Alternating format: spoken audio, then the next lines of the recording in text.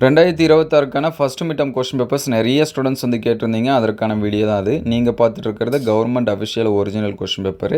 இது இந்த வருஷம் நடந்த கொஸ்டின் பேப்பர். உங்களுக்கு வந்து எக்ஸாம்ஸ் வந்து நடக்காமல் இருந்துச்சு அப்படின்னா இதில் இருக்கக்கூடிய கொஷின்ஸ் எல்லாமே ஸ்கிப் பண்ணாமல் படிச்சிருங்க. எல்லாமே ரொம்ப ரொம்ப முக்கியமான கொஷின்ஸ் தான். இது எல்லாமே நமக்கு வரதுக்கான வாய்ப்பு நிறையா இருக்குது. அதனால் இருக்கக்கூடிய கொஷின்ஸ் எல்லாமே படிச்சிருங்க.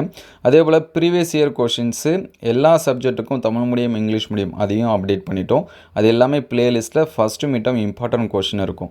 சாப்டர் வைஸாக, சப்ஜெக்ட் வைஸாக அதையுமே அப்டேட் பண்ணியிருக்கோம். இம்பார்ட்டன்ட் கொஷினு அதையுமே அதே ப்ளேலிஸ்ட்டில் இருக்குது. இதோட பிடிஎஃப் வேணுங்கிற ஸ்டூடெண்ட்ஸு ஒரே ஒரு லைக் பண்ணிவிடுங்க. ஏன்னா நிறைய பேர் பார்க்குறீங்க, லைக் பண்ணுறது கிடையாது.